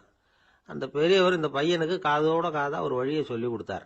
அதை கேட்டதும் பையன் மறுபடியும் மன்னன் முன்னாடி நின்னா, உங்க நிபந்தனையை ஏத்துக்கிறேன்னு சொன்னான். மன்னன் ஒரு ஆட்டுக்குட்டியையும் அதுக்கு 1 மாசத்துக்கு தேவைப்படுற தீவனத்தையும் கொடுக்கும்படியா உத்தரவு போட்டான். கொடுத்தாங்க, ஓடிட்டு போயிட்டான். 1 மாசம் தினமும் தவறாம அந்த தீவனத்தை ஆட்டுக்குட்டிக்கு போட்டுக்கிட்டு இருக்கிறான். 1 மாசம் கழிச்சு அந்த ஆட்டை அரண்மனைக்கு ஓட்டிட்டு போனான். மன்னன் அதை எடை போட்டு பார்க்கறான், எடை கூடவே இல்லை, அப்படியே தான் இருக்குது. உடனே போட்ட நிபந்தனைப்படி அந்த இளைஞனை விடுதலை பண்ணிவிட்டான். சரி, ஆட்டுக்கு எடை கூடாம இருக்கிறதுக்கு அந்த பெரியவர் சொல்லி கொடுத்த யோசனை என்ன அப்படின்னா, அது வேற ஒண்ணும் இல்லை. அந்த ஆட்டுக்கு எதிரில் அது கண்ணுல படுற மாதிரி ஒரு ஓநாயை கட்டி போட சொன்னார். அவ்வளவுதான். ஆட்டுக்கு ஓநாய்ங்கிறது பிறவி பகை. ஓநாயை பார்த்தா ஆடு நடுங்க ஆரம்பிச்சிரும், அவ்வளவு பயம். தினமும் அந்த ஆடு பயந்துகிட்டே தீனி சாப்பிட்டுது, எடை கூடல. அதுதான் ரகசியம். இது சின்ன பிள்ளைங்களுக்கான ஒரு கதை. இதுல இருந்து தெரிஞ்சுக்க வேண்டிய உண்மை என்னன்னா, நாமெல்லாம் சாப்பிடுறப்ப மனசும் உடம்பும் அமைதியா இருக்கணும். அப்பதான் அது உடம்புல ஒட்டும். அவசரத்திலையும் பயத்திலையும் சாப்பிட்டா அது சரியா ஜீரணம் ஆகாது. இன்னொரு ராஜா இருந்தார். அவரும் ஒரு இளைஞனை ஜெயிலில் அடைச்சு விட்டார். விடுதலை பண்ணணும்னா ஒரு கண்டிஷன்னார். என்னன்னு கேட்டான். ஒரு ஆட்டுக்குட்டியை அவன் முன்னாடி கொண்டாந்து நிறுத்துவேன், நீ அதுகிட்ட ஒரு கேள்வி கேட்கணும், அதுக்கு சரியான பதிலை சொல்லணும். அப்படி செஞ்சுட்டா உனக்கு விடுதலைன்னார். இளைஞன் யோசனை பண்ணி பார்த்தான். சரின்னு ஒத்துக்கிட்டான். அது பிரகாரமே ஆட்டுக்குட்டிய பதில் சொல்ல வச்சுட்டான். என்ன நடந்தது தெரியுமா? ஆட்டுக்குட்டியை கொண்டாந்து நிறுத்தினாங்க. இவன் மெதுவா அதுகிட்ட போனான். அது காது கிட்ட போய் ஏப்ரலுக்கு அடுத்த மாசம் என்ன மாசம்னு கேட்டான். அது உடனே மேன்னு கத்திச்சு. இவன் விடுதலை ஆயிட்டு. இந்த உலகமே ஒரு நாடக மேடை, நாம எல்லாரும் நடிகர்கள். இது ஞானிகள் சொல்றது. இது ஒரு பக்கம் இருக்கட்டும். இந்த உலகத்துக்குள்ள எத்தனையோ நாடக மேடைகள், எத்தனையோ நடிகர்கள், எத்தனையோ நாடகங்கள், இதெல்லாம் எப்படி ஆரம்பமாச்சு? அதுதான் இன்னைக்கு தகவல். அதாவது ஆதி மனிதன் பேச ஆரம்பிக்கிறதுக்கு முன்னாடி சைகையாலேயே எல்லாத்தையும் சொல்லிட்டு இருந்தான். அதனால அப்பவே நடிப்பு ஆரம்பமாயிட்டுது. முதல்ல ஒரு வேட்டையத்தான் அவன் நடிச்சு காட்டியிருப்பான். இவன் எப்படி போனான், எதிரில் மிருகம் எப்படி வந்தது, அதோட எப்படி சண்டை போட்டான், எப்படி அடிச்சு கொண்டுகிட்டு வந்தான், இதை அப்படியே மற்றவங்களுக்கு நடிச்சு காட்டியிருப்பான். ஏன்னா மொழி கிடையாது. இந்த காலத்துல எல்லாம் நாடகங்களில் நடிக்கிறவங்கள நடிகர்கள்ங்கிறோம். ஒரு காலத்தில் இவங்களுக்கு என்ன பேர் தெரியுமா? திஸ்பியர்கள் அப்படின்னு பேராம். இதுக்கு காரணம் உண்டு. அதாவது 2000 வருஷத்துக்கு முன்னாடி கிரீஸ் நாட்டில் திசிபியஸ் அப்படின்னு ஒரு ஆள் இருந்தான். அவன் ஒரு பெரிய நாடக கலைஞன். அவன் சில இளைஞர்களை சேர்த்துக்கிட்டான், பயிற்சி கொடுத்தான், நாடக குழுவை உருவாக்கினான். நடிகர்களையும் நாடகத்துக்கு தேவையான பொருள்களையும் ஏற்றிக்கிட்டு போகிறதுக்கு ஒரு வண்டியையும் தயார் பண்ணான். அந்த வண்டியிலேயே அவன் கிரேக்க நாடு பூராவும் சுற்றினான். ஊர் ஊராக நாடகம் போட்டான். ஒரு ஊருக்கு போனதும் அங்கே நாடகம் நடத்த தியேட்டர் இருக்கா அப்படிங்கலாம் பார்க்கறது இல்லை அவன். ஏன்னா அப்போலாம் தியேட்டர்னா என்னென்ன தெரியாது. நாடகம்னா அதை ஒரு மூடிய கொட்டைக்குள்ளே தான் நடத்தணுங்கிறது அப்போ யாருக்குமே தோணலை. இந்த வண்டி போகும், அதுவே ஒரு பகுதி அப்படியே ஒரு மேடை மாதிரி விரிச்சிக்கும். அதில் ஏறி நின்றுக்கிட்டு நாடகத்தை நடித்து காட்டுவாங்களாம். மக்கள்லாம் எதிரில் தரையில் உட்காந்து அதை பார்த்துக்கிட்டு இருக்கிறது. உலகத்தின் முதல் நடமாடும் தியேட்டர் இதுதானா. இந்த திசிபியஸ் தான் முதலாக உலகத்தில் நாடகம்ங்கிற பொழுதுபோக்கை நடத்தி காட்டினவன் அப்படின்னு சொல்கிறாங்க. அவன் சொந்தமாக நாடகம் எழுதுனான், நடித்தான், நாடகத்தை இயக்கினான். அதனால தான் அவனை first man of the theatre அப்படின்னு சொல்லுவாங்க. அவன் தான் நாடக மேடையின் முன்னோடி. கிரேக்கர் காலத்திலேயே நாடக ஆசிரியர்கள், நடிகர்கள், ரசிகர்கள் இவங்கெல்லாம் உருவாயிட்டாங்களாம். நாடகத்தின் சரித்திரத்தில் இந்த 3 பிரிவும் ரொம்ப முக்கியம். அதாவது கிரேக்க தியேட்டர்கள்லாம் திறந்த வெளி மேடைகள் தான். பெரும்பாலும் மலைச்சரிவுகள், அதுவே படிப்படியாக பண்ணியிருப்பாங்க. கீழே அரைவட்ட வடிவில் மேடை, அதுக்கு ஆர்கெஸ்ட்ரான்னு பேர். பிற்காலத்தில் இதில் உட்காந்து இசைக்குழுவினர் வாய்ச்சதுனால இசைக்குழுவுக்கே ஆர்கெஸ்ட்ராங்கிற பேர் வந்துட்டுது. இப்போ கிரேக்க தியேட்டர்களில் ஒன்று, அதோட காலம் கிமு 340. அதை இன்னமும் பாதுகாத்து வச்சிருக்கிறாங்களாம். எபிடாரஸ் அப்படிங்கிற இடத்துல அது இருக்குதான். இன்னமும் அந்த தியேட்டரை பயன்படுத்திக்கிட்டு வர்றாங்களாம். சிறந்த கிரேக்க நாடகங்கள்லாம் அங்கே நடிக்கிறாங்களாம். ஆரம்ப காலத்திலேயே கட்டணம் கிடையாது. அப்புறம் பின்னாடி தான் நுழைவு கட்டணம்லாம் அப்படியே வந்துட்டு தான். நடிகர்கள் பளபளப்பான ஆடைகள் உடுத்தியிருப்பாங்களாம். இந்த குதிகால் உயர்ந்த காலணிகள் போட்டிருப்பாங்களாம். இதெல்லாம் பழைய குறிப்புகள். பலவிதமான உருவங்களில் மாஸ்க் அப்படின்னு சொல்லப்படுற முகமூடி. அதனால் ஒரே நடிகர் பல வேடங்களில் நடிக்கிறது உண்டான். ஆரம்பத்தில் பெண் நடிகர்கள் கிடையாது, எல்லாம் ஆண் நடிகர்கள் தான். ரோமானியர்கள் தான் முதல் நிரந்தர நாடக மேடையை கட்டினவங்க. அதுதான் முதல் தியேட்டர். கிமு 1048 காலகட்டத்தில் பாம்பிங்கிற நகரத்தில் அதை கட்டியிருக்கிறாங்களாம். கிரேக்க ரோமானிய தியேட்டர்களின் அடிப்படையிலேயே இந்த இத்தாலிய வடிவ அமைப்பாளர்கள் இந்த குதிரை லாட வடிவில் ஒரு ஆடிட்டோரியத்தை உருவாக்கினாங்களாம். இப்படி அதை பற்றி நிறைய தகவல் இருக்குது. 1576 லண்டனில் இந்த வின்ஸ்பர்ரி, அப்புறம் இந்த பில்ட்ஸில், அப்புறம் ஜேம்ஸ் இப்படிங்கிறவர் முயற்சியால் தான் இங்கிலாந்தில் முதல் தியேட்டர் உருவாச்சான். அப்படி ஒருத்தர் இருந்தாராம். உலக நாடக மேடையின் வரலாறு இதுதான். அதாவது இப்பெல்லாம் அறிவியல் வளர்ச்சி அதிகமாயிட்டுது. திரைப்படம், தொலைக்காட்சி எல்லாம் வந்தாச்சு. ஒவ்வொரு வீடுமே ஒரு குட்டி தியேட்டர் மாதிரி ஆயிட்டுது. தொலைக்காட்சி முன்னாடி உட்காந்து எழுந்திருக்கவே மனசு வர்றதில்லை. ஒரு அம்மா ஒரு மனோதத்துவ டாக்டரை தேடிட்டு வந்தாங்களாம் இந்த காலத்தில். டாக்டர், எங்கள் வீட்டுக்காரர் எப்போ பார்த்தாலும் டிவி முன்னாடி உட்காந்துக்கிட்டு அதையே வெறிச்சு பார்த்துக்கிட்டு இருக்கிறார், உத்து பார்த்துக்கிட்டு இருக்கார், எனக்கு சந்தேகமாக இருக்குன்னாங்களாம். இது மனக்கோளாறு இல்லைங்க, ஆர்வ கோளாறு, அவ்வளவுதான், இதுக்காக பயப்படாதீங்கன்னாராம் டாக்டர். அப்படி இல்லை டாக்டர், டிவி ஓடும் பொழுது நாம் எல்லாம் அதை பார்க்குறோம் சரி, ஆனால் அவர் அப்படி இல்லை, டிவியை நிறுத்தினதுக்கு அப்புறமும் அதையே உத்து பார்த்துக்கிட்டு உட்காந்துருக்கிறார், அதனால தான் சந்தேகப்பட்டு உங்ககிட்ட வந்தேன் அப்படின்னாங்களாம். கணவன் மனைவி அன்பாக இருக்கணும், ஒருத்தர் நல்லா புரிஞ்சுக்கணும், விட்டு கொடுக்குற மனப்பான்மை வேணும், அதுதான் ஒரு நல்ல குடும்பம். இன்னைக்கு பல குடும்பங்களில் அர்த்தமில்லாத சண்டைகள் தான் அதிகம். கிராமப்புறங்களில் வேடிக்கையாக ஒரு கதை சொல்லுவாங்க. ஒரு ஊரில் ஒரு ஆள் இருந்தான், வேலை வெட்டி இல்லாமல் சும்மாவே இருந்தான். அவனுக்கு கல்யாணம் பண்ணி வச்சாங்களாம். மனைவி சேர்ந்தா. சும்மாவே உட்காந்துருக்கிறியே, ஏதாவது சம்பாதிக்கிற வழியை பாரு அப்படின்ட்டு இருக்கா. அதுக்கு தான் யோசனை பண்ணிட்டு இருக்கிறேன், ஒரு அருமையான ஐடியா அப்படின்னு நானா. என்ன அது சொல்லு அப்படின்ட்டு இருக்கா அவ. ஒரு ஆட்டுக்குட்டி வாங்க போறேன்னு இருக்கான். அதை வாங்கி என்ன பண்ண போறேன்னா, அந்த குட்டி வளரும், பெருசாகும், அதுக்கப்புறம் அது நிறைய குட்டி போடும் அப்படின்ட்டு இருக்கான். சரி, அப்புறம் அப்புறம் என்ன, அதையெல்லாம் சந்தையில் கொண்டுட்டு போய் விற்றுவிட்டு அந்த காசுக்கு ஒரு எருவு மாடு வாங்கலாம். சரி, அது எதுக்கு? எருவு மாடு நிறைய பால் கொடுக்கும், அதை கொண்டுகிட்டு போய் பால் பண்ணையில் கொடுப்பேன், அல்லது நானே விற்றுருவேன், கை நிறைய காசு கிடைக்கும். அதுக்கப்புறம் ஒரு பசுமாடு வாங்குவேன், பாலையும் விற்கலாம், நாமளும் காய் போட்டு சாப்பிட்லாம், இப்படிலாம் சொல்லியிருக்கான். அப்போ அந்த பொண்ணு சொல்லிச்சான், அடுத்த தெருவில் இருக்கிற எங்கள் அம்மா வீட்டுக்கும் கொஞ்சம் பால் கொடுத்து அனுப்பலாம் அப்படின்ட்டுருக்கான் அந்த பொண்ணு. இந்த இடத்துல கணவனுக்கு கோவம் வந்துட்டுது. அது எப்படி உங்கள் அம்மா வீட்டுக்கு எதுக்கு கொடுக்கணும், அதெல்லாம் முடியாதுன்னு இருக்கான். இந்த இடத்துல சண்டை ஆரம்பமாயிட்டுது. கொஞ்ச நேரத்தில் ரெண்டு பேரும் சத்தம் போட ஆரம்பிச்சிட்டாங்க. கடுமையான சண்டை நடக்கிறத பக்கத்து வீட்டுக்காரன் காதில் வாங்கினான். அவன் ஓடியாந்தான். அவனுக்கு தெரியும், வாங்காத மாட்டுக்காக இப்படி சண்டை போட்டுக்கிட்டு இருக்கிறாங்கங்கிறது அவனுக்கு புரியும். அவன் ஓடி வந்து சொன்னான், ஏண்டா உன்னோட பசுமாட்டை ஒழுங்காக கட்டி போடக்கூடாதான்னு இருக்கான். என்னடா சொல்கிறேன்னா இவன், உன் மாடு என் தோட்டத்தில் வந்து மேய்ஞ்சுட்டுது, பயிரெலாம் நாசமாயிட்டுது, 10,000 ரூபா அளவுக்கு சேதம், அதை வாங்கிட்டு போகிறதுக்கு தான் வந்தேன், குடுறா 10,000 நானா. இவன் அரண்டு போயிட்டான். அப்புறம் சொன்னான், டேய் நான் இன்னும் மாடே வாங்கலையே, அதுக்குள்ளே அது வந்து எப்படிடா உன் தோட்டத்தில் மேயும், என்னடா உளர்றேன்னு இருக்கான். நீ தாண்டா இப்போ உளறிக்கிட்டு இருக்க, மாடே வாங்கலை, அதுக்குள்ளே எப்படிடா வந்து உன்னுடைய மனைவி அவங்க அம்மா வீட்டுக்கு பால் கொடுத்து அனுப்ப முடியும் அப்படின்னு அவன் கேட்டானா. நம்ம ஆளுக்கு இப்போ தான் புத்தி வந்துதான், அர்த்தமே இல்லாத சண்டை போட்டுக்கிட்டு இருக்கிறோம் அப்படிங்கிறத அவன் புரிஞ்சுக்கிட்டானான். இது நம்ம முன்னோர்கள் சொல்லியிருக்கிற ஒரு கதை. சண்டையில் தான் அர்த்தம் இல்லையே தவிர கதையில் அர்த்தம் உண்டு. அதாவது இல்லாத விஷயங்களுக்காக சண்டை போட்டுக்கிட்டு இல்லறத்தை வீணாக்கிக்கிட்டு இருக்கிற மனிதர்கள் இன்றைக்கு நிறைய பேர் இருக்கிறாங்க. ஒருத்தன் தன்னுடைய மனைவியை பற்றி மாமனார்கிட்ட புகார் சொன்னானா, மாமா உங்கள் பொண்ணு அர்த்தமில்லாத சண்டை போடுறா, எதுக்கு எடுத்தாலும் எடுத்தெறிஞ்சு பேசுறா அப்படின்ட்டுருக்கான். நீ எப்படி மாப்பிள்ளை அதை சமாளிக்கிற அப்படின்னு கேட்டிருக்காரு அவரு. அவ எடுத்தெறியறது என் மேலே படாமல் ஒதுங்கி நின்னுக்கிறேன் அப்படின்னு நானா. நமக்கு முன்னாடி நமக்கு வேண்டிய ஒருத்தர் ஒரு கிளாஸில் நமக்கு பழச்சாறு கொண்டாந்து வைக்கிறாருன்னு வச்சுக்கோங்க. உடனே நாம் என்ன பண்ணுவோம், எடுத்து கிடுகிடுன்னு சாப்பிட்ருவோம் அடுத்தவங்க யாரும் வர்றதுக்குள்ள. அதை விட்டுட்டு அதை கொண்டாந்து வச்சவர்கிட்டயே அதோட விலை என்ன அப்படி இப்படின்னு நான் கேட்டுக்கிட்டு இருப்போம். நாம் கேட்க மாட்டோம். ஆனால் காந்திஜி அப்படி கேட்டாராம். எப்போ தெரியுமா, 1935. அந்த வருஷம் மே மாசத்துல ஒரு நாள் காந்திஜி டெல்லியில் இருக்கிறார். அப்போ அவருக்கு 2 டம்ளர் மாம்பழச்சாறு கொண்டாந்து கொடுக்குறாங்க. அதை வாங்குறார். இதோட விலை என்ன அப்படின்னு கேட்டார் காந்திஜி. யாருக்கிட்ட கேட்டாருன்னா மனுபென் காந்தி கிட்ட கேட்குறார். அவங்க தான் கொண்டாந்து கொடுக்குறாங்க. காந்திஜிக்கு உதவி செய்யறதுக்காக அவர் கூடவே இருந்தவங்க அவங்ககிட்ட தான் கேட்குறாரு. காந்திஜி சும்மா வேடிக்கைக்காக இப்படி கேட்குறாருன்னு நினச்சிட்டாங்க அந்த அம்மா. அதுவும் இல்லாமல் அதோட விலையை கேட்டால் காந்திஜி நிச்சயமாக அதை சாப்பிட மாட்டார் அப்படிங்கிற பயம் வேற. அதனால் அந்த அம்மா பதில் எதுவும் சொல்லாமல் கம்முன்னு இருந்துட்டாங்க. கொஞ்ச நேரம் ஆச்சு.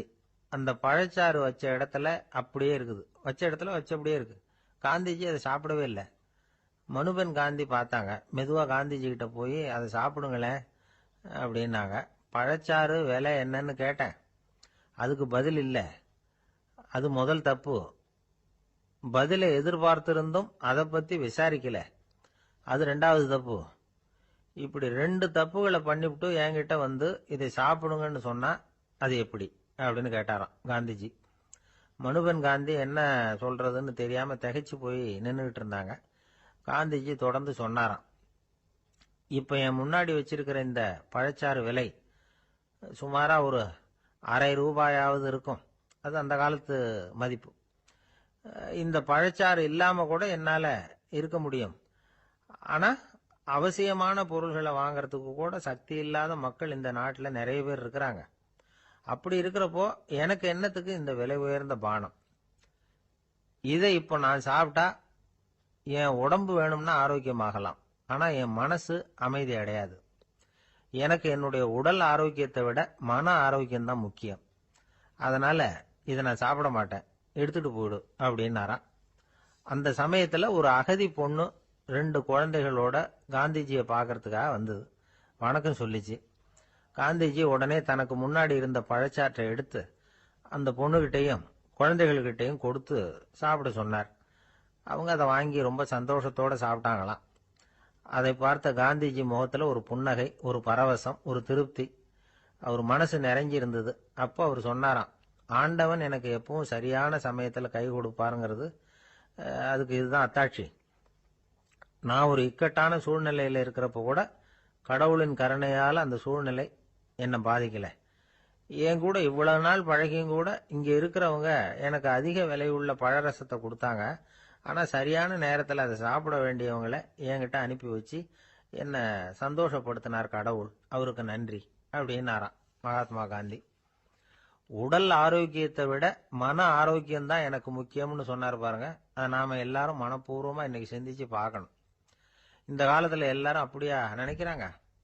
எனக்கு தெரிஞ்ச ஒருத்தர் இருந்தார். தினமும் காலையில ஒரு காபி சாப்பிட உட்கார்ற நேரத்துல பக்கத்து வீட்டுக்காரர் வந்து சேருவார் கரெக்டா. உடனே அவரும் தனக்குன்னு வந்திருக்கிற காப்பியை எடுத்து மனப்பூர்வமா பக்கத்து வீட்டுக்காரர்கிட்ட கொடுத்துருவார். அதுக்கப்புறம் அவருக்காக வேற காப்பி போட்டு கொண்டாந்து கொடுத்தாலும் வேண்டான்னு சொல்லிடுவார். ஆண்டவனா பார்த்து சரியான நேரத்துல அவரை எங்க வீட்டுக்கு தினமும் அனுப்பி வைக்கிறார் அப்படிம்பார். ஏன் அப்படி சொல்றீங்க அப்படின்னு கேட்டோம் ஒரு நாள். அதுக்கு அவர் சொல்றார், எனக்கு என்னோட உடல் ஆரோக்கியம்தான் முக்கியம். இத கடவுள் புரிஞ்சுக்கிட்டு எங்க வீட்டு காப்பியை சாப்பிடுறதுக்கு தினமும் அடுத்த வீட்டுக்காரனை அனுப்பி வைக்கிறார் அப்படின்னாலாம். ஒரு நண்பர் வந்தார். ரொம்பவும் இறுக்கமா உடை அணிஞ்சிருந்தார்.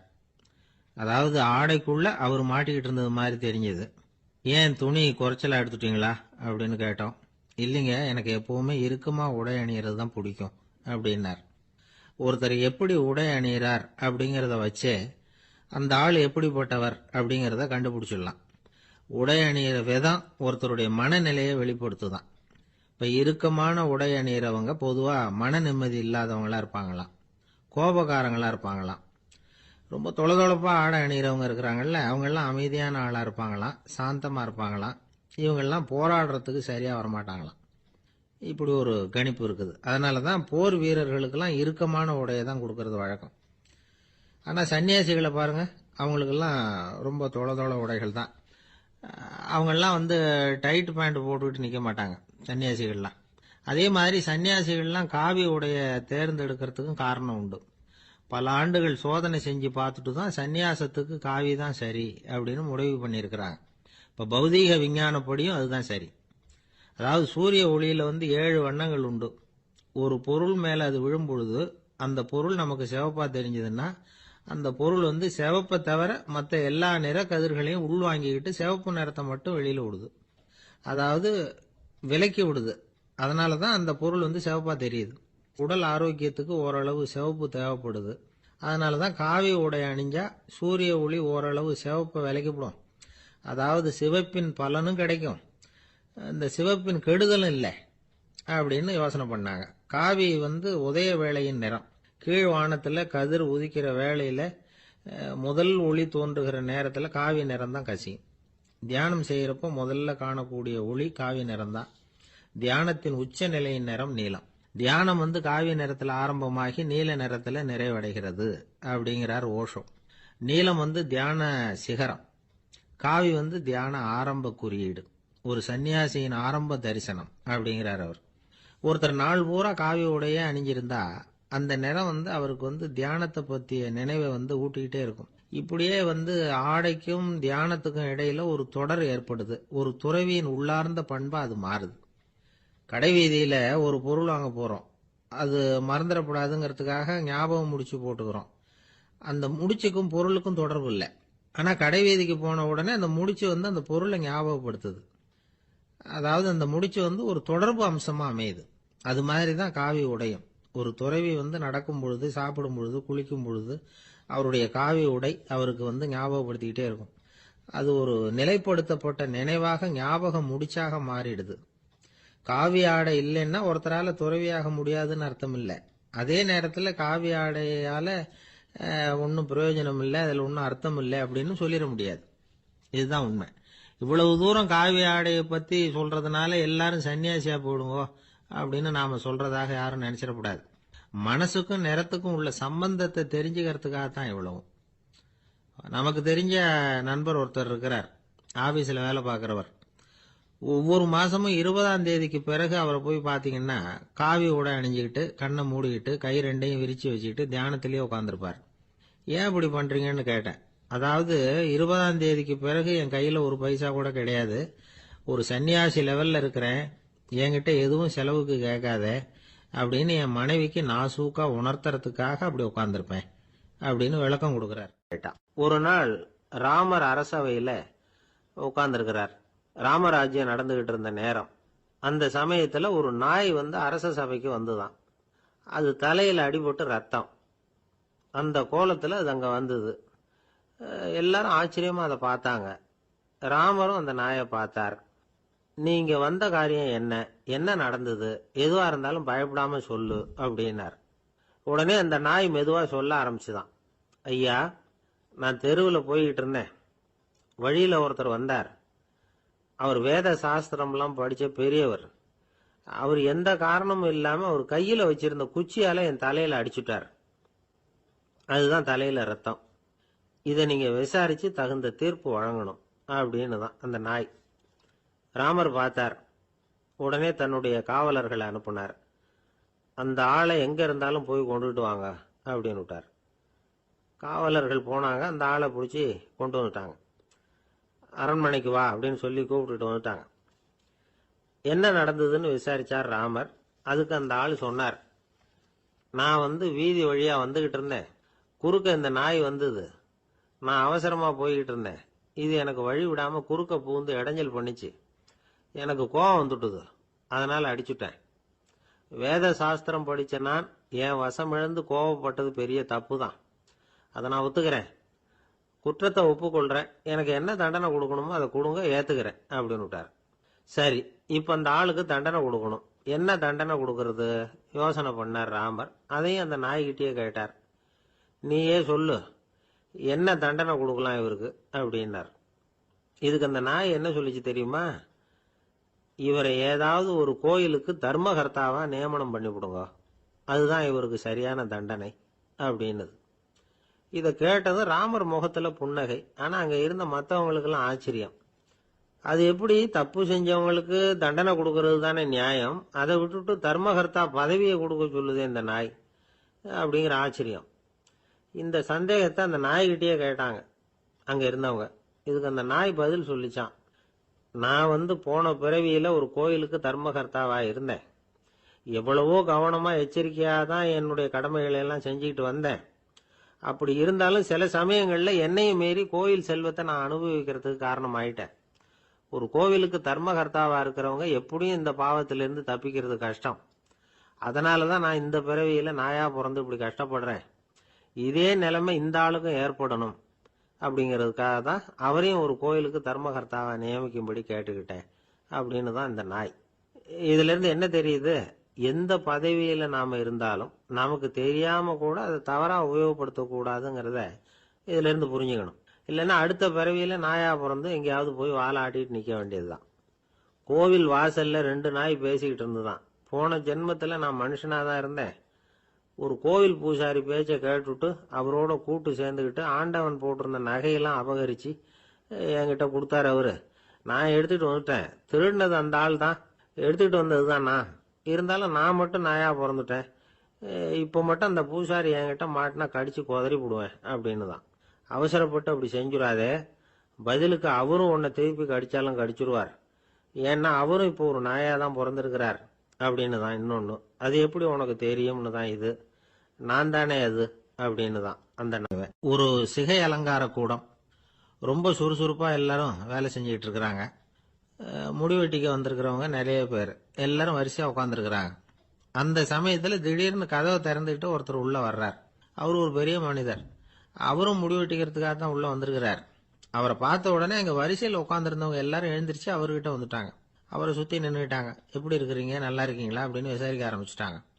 எல்லாம் முடிஞ்சதும் வந்தவர் கேட்டார், வரிசையில கடைசியா இருக்கிறவர் யார் அப்படின்னு கேட்டார். ஏன்னு கேட்டாங்க. நான் அதுக்கு அடுத்தபடியா உட்காரணும், அதுக்காக தான் கேட்கறேன் அப்படின்னார். உடனே அங்க இருந்தவங்க எல்லாம் என்ன சொன்னாங்க தெரியுமா? நீங்க வந்து வரிசையில காத்திருக்க கூடாது, நீங்க அரசாங்கத்தின் தலைவர், உங்களுக்கு நேரம் முக்கியம், அதனால நீங்க முன்னாடி போங்க அப்படின்னு சொன்னாங்க. ஆனா அதை அவர் கேட்கல. தோழர்களே, உங்களுடைய கருத்துக்கு ரொம்ப நன்றி. எல்லாரும் வரிசையா தான் வரணும், அதுதான் முறை. வரிசையில வரணுங்கிற நடைமுறையை நானும் பின்பற்ற விரும்புறேன். நாம எல்லாரும் சமமானவர்கள் அப்படின்னார். இப்படி சொல்லிவிட்டு வரிசையில கடைசியா இருந்த ஒரு நாற்காலியில போய் உட்காந்துக்கிட்டார். தன் சட்டை பையில இருந்த ஒரு செய்தித்தாளை எடுத்தார், படிக்க ஆரம்பிச்சிட்டார். ஆனா அங்க இருந்தவங்களால இதை பார்த்துக்கிட்டு சும்மா இருக்க முடியல. ஒருத்தர் எழுந்திருச்சு வந்தார். ஐயா, இப்ப என்னுடைய முறை வந்திருக்குது, நான் தான் போக வேண்டிய முறை. உங்களை இங்க காத்திருக்க வைக்கிறத விட ஒரு 5 ஆண்டுகளுக்கு கூட நான் முடிவெட்டிக்காமே இருந்துட முடியும் அப்படின்னார். அவர் மறுபடியும் சொன்னார், ஐயா, நீங்க வரிசை முறையை தாண்டி போக விருப்பப்படல, சரி. ஆனா என்னுடைய முறையை மாத்தி கொடுக்கறதுக்கு எனக்கு முழு உரிமை இருக்குது. இதுக்கு பதிலா உங்களுடைய கடைசி இடத்தை நான் எடுத்துக்கிறேன், இதை நீங்க மறுக்க முடியாதுன்னார். அங்க இருந்த மற்றவங்களும் இதை ஒரு மனசா வற்புறுத்த ஆரம்பிச்சிட்டாங்க. அந்த பெரிய மனிதர் பார்த்தார், சரின்னு கடைசியா ஒத்துக்கிட்டார். அவர் யார் தெரியுமா? அவர் தான் மாவீரர் லெனின். ரஷ்யாவில் கிரெம்ளின் சிகை அலங்கார கூடத்துல தான் இது நடந்தது. எல்லாரும் இந்நாட்டு மன்னர்கள்னு வாயளவுல பேசுறதுல என்ன பிரயோஜனம்? நாம எல்லாரும் சமம்ங்கிறத நடைமுறையில கடைபிடிச்சு காட்டினவங்க கொஞ்சம் பேர் தான். அவங்கள ஒருத்தர் தான் லெனின். வரிசையில் நின்று வர்றதுங்கிறது ஒரு சிறந்த பண்பு, உயர்ந்த பண்பு. இன்னைக்கு பல இடங்கள்ல அது நமக்கு தேவைப்படுது. ஒரு ரேஷன் கடைவாசல், கடை திறக்கிறதுக்கு முன்னாடியே எல்லாரும் வரிசையில் நின்றுட்டாங்க. கடைசியா வந்த ஒருத்தர் கியூவில் முன்னாடி போறதுக்கு முயற்சி பண்றார்.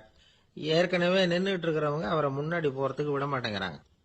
கடைசியா போய் நில்லையா அப்படின்னு எல்லாரும் கத்துறாங்க. அது அவர் காதுல வாங்கல. முண்டி அடிச்சுக்கிட்டு முன்னாடி போறதுக்கே முயற்சி பண்ணிட்டு இருக்கிறார். எல்லாரும் சேர்ந்து அவரை வலுக்கட்டாயமா இழுத்து கொண்டாந்து பின்னாடி கொண்டு போய் நிறுத்திவிட்டாங்க. நிறுத்திவிட்டு சொன்னாங்க, இதை பாருப்பா, நாங்க இருக்கிற வரைக்கும் நீங்க முன்னாடி போய் எதையும் வாங்க முடியாது, தெரிஞ்சுக்கோ அப்படின்னாங்க. இப்போ அந்த ஆள் சொன்னாராம், நான் இங்க பின்னாடி நிக்கிற வரைக்கும் நீங்களும் எதுவும் வாங்க முடியாது அப்படின்னாராம். ஏன்னு கேட்டிருக்கிறாங்க. நான் தான் அந்த கடையை திறக்க வேண்டிய ஆள் அப்படின்னா. ஒரு அழகான கடற்கரை, சுற்றுலா பயணிகள் நிறைய பேர் அங்க போறது வழக்கம். சனி ஞாயிறு கூட்டம் அதிகமா இருக்கும். அதோட விளைவு என்னங்கிறது அடுத்த நாள் தான் தெரியும். ஆமா, அந்த கடற்கரையை சுத்தப்படுத்துற தொழிலாளிகள் திங்கட்கிழமை ரொம்ப சிரமப்படுவாங்க. சனி ஞாயிறு வந்த கூட்டம் கடற்கரை பூராவும் காலி ஐஸ்கிரீம் கப்புகளை வீசி எறிஞ்சிட்டு போயிருக்கும். ஆயிரக்கணக்கான கப்புகள் அங்க பரவலா கிடக்கும். அதையெல்லாம் பொறுக்கி எடுத்து சுத்தம் பண்ணி ஆகணும். இதனால திங்கட்கிழமை வேலைக்கு வர்றதுக்கு எல்லாரும் பயப்படுவாங்க. அப்படி ஒரு நிலைமை. பல பேர் அன்னைக்கு லீவ் எடுத்துட்டு போயிடுறது வழக்கம். நமக்கு எதுக்கு இன்னைக்கு தொந்தரவுன்னு. இது ஒரு பெரிய பிரச்சனையா இருந்தது. இதுக்கு என்ன பண்ணலாம் அப்படின்னு யோசனை பண்ணாங்க. ஒரு ஆலோசனை கூட்டத்துக்கு ஏற்பாடு பண்ணாங்களாம். அந்த நகர நிர்வாக அலுவலர்கள், பணியாளர்கள் எல்லாரும் அதுல கலந்துகிட்டாங்க. கூட்டம் ஆரம்பமாச்சு. ஆரம்பத்துல சொன்னாங்க, இந்த பிரச்சனைக்கு ஒரு தீர்வு வேணும், என்ன பண்ணலாம், அதை முடிவு செய்யறதுக்கு தான் இந்த கூட்டம். இதுல நீங்க செய்ய வேண்டியது என்னன்னா, உங்களுக்கு தோன்றுகிற யோசனை எதுவா இருந்தாலும் சொல்லுங்க, கொஞ்சம் கூட தயக்கம் வேண்டாம். நாம சொல்ற யோசனை ஈடுபடுமா படாதா அப்படின்னு எல்லாம் யோசிக்க வேணாம். எல்லாருடைய யோசனைகளையும் அப்படியே பதிவு செய்துகிறோம். கடைசியா அதுல இருந்து ஒரு சிறந்த யோசனையை தேர்வு பண்ணி அதை பயன்படுத்தலாம். இந்த சந்தர்ப்பத்தில் இன்னொரு முக்கியமான வேண்டுகோள், எவ்வளவு சாதாரணமான யோசனையா இருந்தாலும் சரி, அது சொல்லும் பொழுது அடுத்தவங்க ஏளனம் செய்யக்கூடாது. இது ஒரு பெரிய யோசனையா அப்படின்னு சொல்லி எதையும் அலட்சியப்படுத்தக்கூடாது. இதுதான் அந்த கூட்டத்தின் ஆரம்பத்தில் செய்யப்பட்ட அறிவிப்பு. உடனே அந்த கூட்டத்தில் இருந்தவங்க ஆளுக்கு ஒரு யோசனை சொல்ல ஆரம்பிச்சாங்க. ஒருத்தர் எழுந்திருச்சார், இங்க வர்ற சுற்றுலா பயணிகள் கிட்ட ஆளுக்கு $10 ஒரு டெபாசிட் மாதிரி வைப்பு பணமா வாங்கிக்கணும். காலி ஐஸ்கிரீம் கப்பை திருப்பி கொடுத்தா அந்த பணத்தை திருப்பி கொடுத்துடலாம். இப்படி ஒரு ஏற்பாடு பண்ணிட்டா கப்புகளை தேடி பொறுக்கிட்டு இருக்க வேண்டியதில்லை, எல்லாம் ஒரே இடத்துக்கு சேர்ந்துரும். அப்படியே நாம தூக்கிட்டு போய் ஒரு இடத்துல கொட்டி போடலாம் அப்படின்னாரு.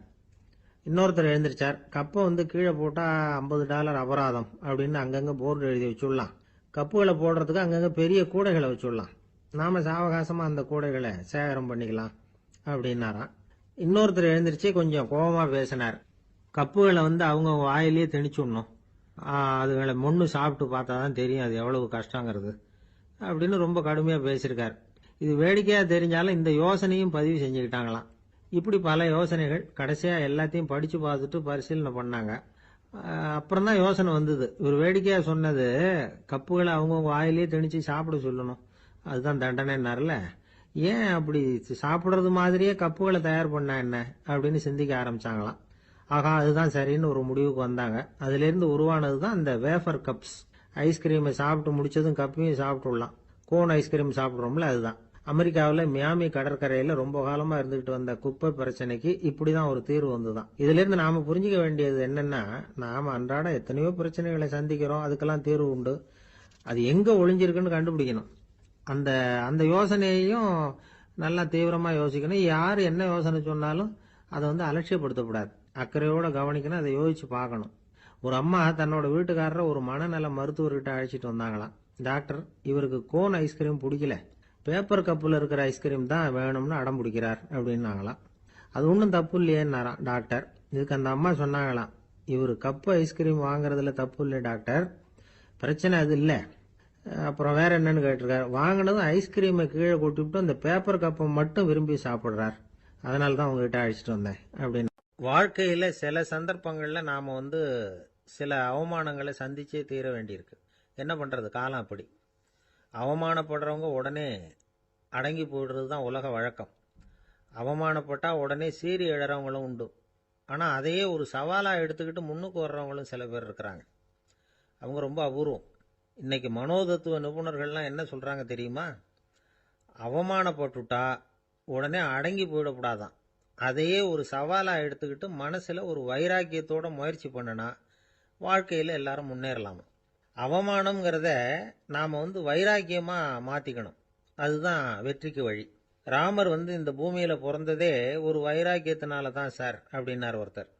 எப்படிங்க அது அப்படின்னு கேட்டேன். அவர் சொன்னார், தசரதருக்கு ராமர் குழந்தையா பிறக்கணும், அப்பதான் இங்க இருக்கிற கஷ்டங்கள்லாம் நீங்கும் அப்படின்னு சர்வ லோகமும் எதிர்பார்த்துக்கிட்டு இருக்குது. ஆனா அவர் எப்போ பிறப்பார் அப்படின்னு யாருக்கும் தெரியல. அந்த காரியம் சீக்கிரம் நடக்கணுமே, அதுக்கு என்ன பண்றது? நாரதர் வந்தார் ஒரு நாள் தசரதரை தேடி.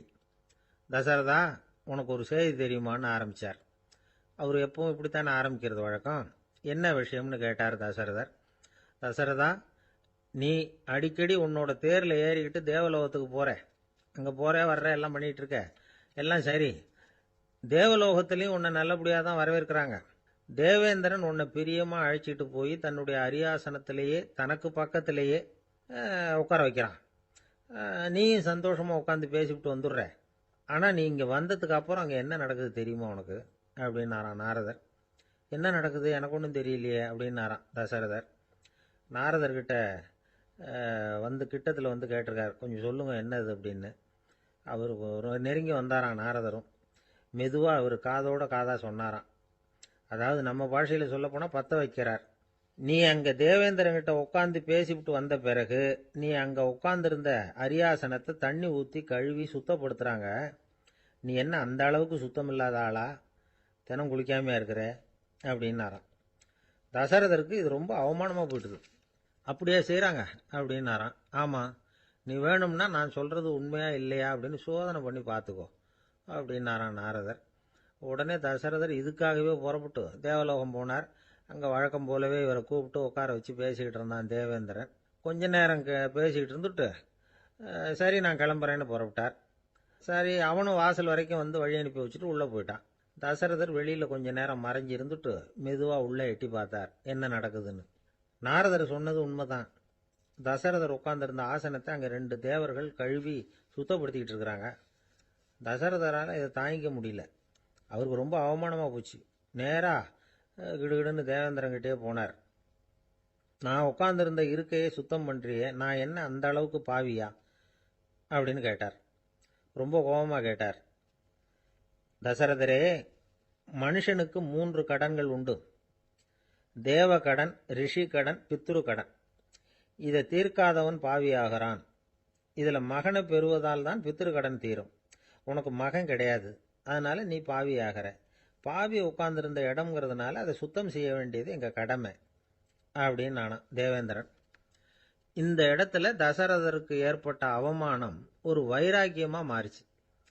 தேவேந்திரனே கேட்டுக்கோ, ஒரு மகனை பெற்ற பிறகுதான் இந்த சபையில மறுபடியும் அடி எடுத்து வைப்பேன் அப்படின்னு சொல்லிவிட்டு போயிட்டாராம். போய் புத்திர காமேஷ்டி யாகம் பண்ணார். புத்திரர்கள் பிறந்தார்கள்.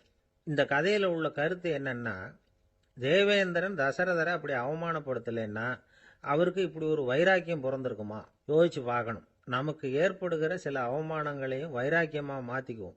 அப்படி மாத்திக்கிட்டோம்னா வாழ்க்கையில முன்னேறலாம். நம்ம ஆளுங்க சில பேர் அவமானத்தை வந்து வைராக்கியமாக மாற்றிக்கிறது எப்படி தெரியுமா? நம்மகிட்ட ஒரு பையன் சொன்னான், எங்கள் அப்பா என்னை எல்லாருக்கும் முன்னாடி வச்சு திட்டிவிட்டார், பொறுப்பு இல்லாமல் ஊர் சுத்துறேன்னு சொல்லி அவமானப்படுத்தி விட்டார், இனிமே நீ என் முகத்திலேயே முழிக்காதரா போடான்னு வேற சொல்லிவிட்டார். எனக்கு ரோஷம் வந்துட்டுது. அந்த அவமானத்தை வைராக்கியமாக மாற்றிக்கிட்டேன். அன்னையிலேருந்து அவர் முகத்திலேயே முழிக்கிறது இல்லை அப்படின்னா. அப்படியான்னு கேட்டோம். ஆமாங்க, அவர் வீட்டில் இல்லாத நேரமாக பார்த்து உள்ள சமையல் கட்டுக்கு போய் சாப்பிட்டுட்டு நைஸாக வெளியில் வந்துடுவேன் அப்படிங்கிறான் அவன். என்ன சார் உங்கள் பையன் என்ன செஞ்சுக்கிட்டு இருக்கிறான் இப்போ அப்படின்னு கேட்டார் ஒருத்தர். அடிக்கடி கண்ணாடி முன்னாடி நின்று அழகு பார்த்துக்கிட்டு இருக்கிறான் சார் அப்படின்னாரு அப்பா. இளம் பருவம் இப்படி தான் இருக்கும், அதையெல்லாம் சாதாரணமாக நினச்சிடாதீங்க அப்படின்னாரு அவர். என்ன சார் சொல்கிறீங்க, கண்ணாடி முன்னாடி நின்றுக்கிட்டு நேரத்தை வீணாக்கிக்கிட்டு இருக்கான், அதை ஒரு பெரிய விஷயமா நான் நினைக்கணுமா அப்படின்னாரு இவர். இளம் பருவத்தில் இளைஞர்களுக்கும் சின்ன பொண்ணுங்களுக்கும் அடிக்கடி கண்ணாடியில் பார்க்கணும்னு தோணும். அது வெறுமனே அழகு பார்க்கறது மட்டும் இல்லை, அவங்க தங்களையே தேடி கண்டுபிடிக்கிற ஒரு முயற்சி அது. இது ஒரு மனோதத்துவ விளைவு. இது வரைக்கும் வந்து சின்ன பிள்ளையா இருந்துட்டோம், இனிமேல் நாமளும் மற்றவங்க மாதிரி மனிதர்கள் தான் அப்படிங்கிற உணர்வு அவங்களுக்கு வருது. தங்களோட முகம் எப்படி இருக்குது, அழகு எப்படி இருக்குது, உடம்பு நேரம் எப்படி இருக்குது, முடி எப்படி இருக்குது அப்படிங்கிறதையெல்லாம் கண்டுபிடிக்கிறாங்க. அதுக்கப்புறம் இன்னொரு ஆணோ பொண்ணோ தன்னை கவனிக்கணும் அப்படின்னு நினைக்கிறாங்க. இதெல்லாம் மனோதத்துவ உண்மைகள், இதெல்லாம் இயற்கை. இதை பார்த்துட்டு பெற்றவங்க வந்து பிள்ளைங்க கெட்டு போட்டாங்க அப்படின்னு நினைக்கக்கூடாது, அவங்கள திட்டிக்கிட்டே இருக்கக்கூடாது. இன்னைக்கு பல குடும்பங்களில் இதுதான் நடந்துகிட்டு இருக்குது. மனுஷ வாழ்க்கையிலேயே இப்படியும் இல்லாத அப்படியும் இல்லாத ஒரு பருவம் வந்து இளம் பருவம். 13லேருந்து 19 வயசுக்கு உட்பட்ட ஆண்கள் பெண்கள் இந்த வகையை சேர்ந்தவங்க, டீனேஜ் குரூப். இவங்கள சின்னவங்கன்னு நினச்சிட முடியாது, பெரியவங்கன்னு நினச்சிட முடியாது. இவங்க ரொம்ப சென்சிட்டிவ். சமூகம் நினைச்சா இவங்களை வந்து நல்லவங்களாகவும் ஆக்கலாம், கெட்டவங்களாகவும் ஆக்கலாம். கொஞ்சம் அக்கறை எடுத்துக்கிட்டால் பெரிய பெரிய மேதைகளையும் விஞ்ஞானிகளையும் உருவாக்கலாம். ஆனால் நடக்கிறது என்ன தெரியுமா, அநேகமாக இவங்களை யாருமே சரியாக புரிஞ்சுக்கிறது இல்லை, இவங்களை சரியாக நடத்துறதும் இல்லை. இது வரைக்கும் நாம் சொல்கிறத கேட்டுக்கிட்டு இருந்தான், இப்பெல்லாம் அவன் இஷ்டத்துக்கு நடக்க ஆரம்பிச்சுட்டான் அப்படின்னு வருத்தப்படுற பெற்றோர்கள் அதிகம். இது வருத்தப்படுற விஷயம் இல்லை, சந்தோஷப்பட வேண்டிய விஷயம். உங்கள் புள்ள வந்து சொந்தமாக யோசிக்க ஆரம்பிக்கிறதும் நடந்துக்க ஆரம்பிக்கிறதும் ஒரு தப்பான விஷயமா? அவன் கடைசி வரைக்கும் உங்கள் பேச்சையே கேட்டுக்கிட்டு இருக்கணுங்கிறது என்ன நியாயம்? இன்னைக்கு இளைஞர்களை வந்து பெரியவங்க தப்பாக புரிஞ்சுக்கிட்டு தவறாக நடத்துறதுனால தான் அவங்களுக்கு வெறுப்பு, எரிச்சல், மனக்கசப்பு எல்லாம் உண்டாகுது.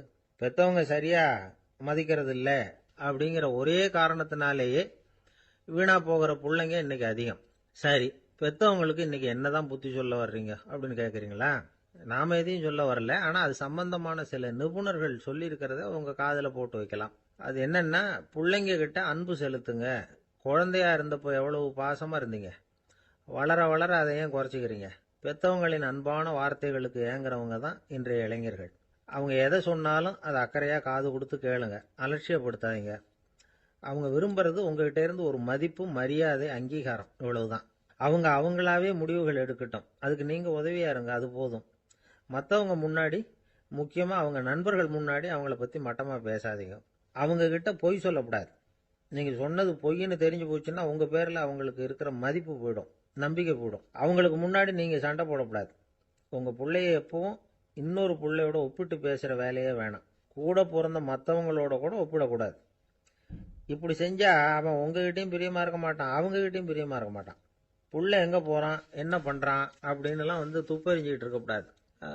இளைஞர்கள் வந்து தனிமையை விரும்புகிறவங்க. அவங்கள வந்து பெட்டியில் வச்சு மூடி பாதுகாக்கணும்னு நினைக்கக்கூடாது. அவங்கள எப்படி பாதுகாக்கிறது அப்படிங்கிறது அவங்களுக்கே தெரியும். உங்கள் புள்ள எப்படி நடந்துக்கணும்னு நீங்கள் எதிர்பார்க்குறீங்களோ அது மாதிரி நீங்கள் நடந்து காட்டுங்க, அது போதும். ஒரு வீட்டில் அப்பாவும் அம்மாவும் பேசிக்கிட்டு இருக்கிறாங்க. என்னங்க, நம்ம பொண்ணு பெரியவள் ஆயிட்டா, அடிக்கடி கண்ணாடி முன்னாடி போய் நின்றுக்கிட்டு இருக்கிறா, சீக்கிரமாக ஒரு பையனை பார்த்து கல்யாணத்தை முடிக்காமல் இப்படி மசன்னு கல் மாதிரி உட்காந்துருக்குறீங்களே அப்படின்னு சத்தம் போட்டாங்க அந்த அம்மா. அவசரப்படாத, பார்க்கறதுக்கு கண்ணுக்கு அழகா லட்சணமா புத்திசாலியா ஒரு பையன் கிடைக்க வேணாமா, அதுதான் பார்த்துக்கிட்டு இருக்கிறேன் அப்படின்னாரு அப்பா. இதுக்கு அந்த அம்மா சொல்றாங்க, எங்க அப்பா இப்படியெல்லாம் நினைச்சுக்கிட்டு இருந்திருந்தா எனக்கு கல்யாணமே ஆயிருக்காது தெரியுமா அப்படின்னாங்களாம். ஒரு ஊர்ல ஒரு ஞானி இருக்கிறார், ரொம்ப பெரிய ஞானி, ரொம்ப வயசாயிட்டுது. கடைசி காலத்தில் அவர்கிட்ட சில பேர் வந்தாங்க. உங்க குரு யார் அப்படின்னு கேட்டாங்க. அவர் நிமிர்ந்து பார்த்தார். எனக்கு ஆயிரக்கணக்கான குருமார்கள் உண்டு, அவங்க பேரெல்லாம் சொல்லணும்னா இந்த காலம் பத்தாது. ஆனா முக்கியமான ஒரு 3 பேரை பத்தி மட்டும் உங்களுக்கு சொல்றேன் அப்படின்னாராம். அப்புறம் சொன்னார், அந்த 3 பேர்ல ஒருத்தன் ஒரு திருடன். ஒரு சமயம் ஒரு பாலைவனம் வழியா நான் போய்கிட்டு இருந்தேன். அப்போ வழி தவறி போய் ஒரு கிராமத்துக்கு போயிட்டேன். அது இருட்டு நேரம், நடுராத்திரி, ஊரே உறங்கி போச்சு. அந்த நேரத்தில் ஒரு ஆள் மட்டும் ஒரு வீட்டு சுவத்தில் ஏதோ பண்ணி உள்ளே நுழையறதுக்கு முயற்சி பண்ணிட்டு இருக்கிறான். அவங்கிட்ட போய் நான் இன்னைக்கு இங்கே எங்கே தங்க முடியும் அப்படின்னு கேட்டேன். அதுக்கு அவன், இந்த ராத்திரி வேளையில் அது ரொம்ப சிரமம், ஒரு திருடனோட உங்களால் தங்க முடியும்னா நீங்கள் என்னோட தங்கலாம் அப்படின்னா. நான் அவங்க கூட 1 மாதம் தங்கியிருந்தேன். ஒவ்வொரு நாள் ராத்திரியும் இப்போ நான் என்னுடைய வேலைக்கு போகிறேன், நீங்கள் ஓய்வு எடுத்துக்கோங்க அப்படின்னு சொல்லிவிட்டு போவான். அவன் திரும்பி வந்த உடனே உனக்கு ஏதாவது கிடைச்சிதான்னு நான் கேட்பேன். அதுக்கு அவன், இன்னைக்கு ராத்திரி ஒன்றும் இல்லை, நாளைக்கு மறுபடியும் முயற்சி பண்ணுவேன் அப்படின்பா. எப்பவும் அவன் நம்பிக்கை இழந்ததே கிடையாது, எப்பவும் சந்தோஷமாகவே இருப்பான். நானும் ரொம்ப காலமாக தியானம் பண்ணிக்கிட்டே இருந்தேன், ஒன்றுமே நடக்கலை. ஆனால் நான் என்ன பண்ணேன் தெரியுமா, மனசு வருத்தப்படும், நம்பிக்கை இழந்துருவேன். அப்போல்லாம் அந்த திருடனுடைய விடாமுயற்சி தான் ஞாபகத்துக்கு வரும். அதனால் அந்த திருடன் எனக்கு ஒரு குரு. என்னுடைய 2வது குரு யாருன்னா அது ஒரு நாய். இது எப்படின்னா, ஒரு சமயம் எனக்கு ரொம்ப தாகமாக இருந்தது. ஒரு நதியை நோக்கி போய்கிட்டு இருந்தேன். அப்போ ஒரு நாயும் வந்தது. அதுக்கும் தாகம். ஓடி வந்து ஆற்றை பார்த்தது. அதோட நிழல் வந்து ஆற்றுல தெரிஞ்சது. அதை பார்த்ததும் பயந்துட்டுது. அதாவது அது தன்னுடைய சொந்த உருவத்தையே கண்டு பயந்தது. அதை பார்த்து குறைக்குது, திரும்பி ஓடிச்சு. ஆனால் அதுக்கு தாகம் அதிகமாக இருந்ததுனால அது மறுபடியும் திரும்பி வந்தது. பார்த்தா மறுபடியும் தண்ணியில் நாயோட உருவம் தெரியுது. இப்படி சில தடவை பண்ணிச்சு. இருந்தாலும் கடைசியில் தண்ணியில் குதிச்சுட்டுது துணிஞ்சி. இப்படி குதித்த உடனே அதோட உருவமும் மறைஞ்சுட்டுது. இதை பார்த்தேன். நான் என்ன புரிஞ்சுக்கிட்டேன்னா, எவ்வளவுதான் பயம் இருந்தால் கூட ஒருத்தன் தைரியமாக காரியத்தில் இறங்கணும் அப்படிங்கிறத புரிஞ்சுக்கிட்டேன். இந்த போதனை அந்த நாய்கிட்ட இருந்து எனக்கு கிடைச்சிது. இது ஒன்று. அடுத்தது என்னுடைய 3வது குரு யாருன்னா அது ஒரு சின்ன குழந்தை. நான் ஒரு சமயம் ஒரு நகரத்துக்கு போனேன். அங்கே ஒரு குழந்தை எரிகிற மெழுகுவத்தி ஒன்று எடுத்துக்கிட்டு வந்தது.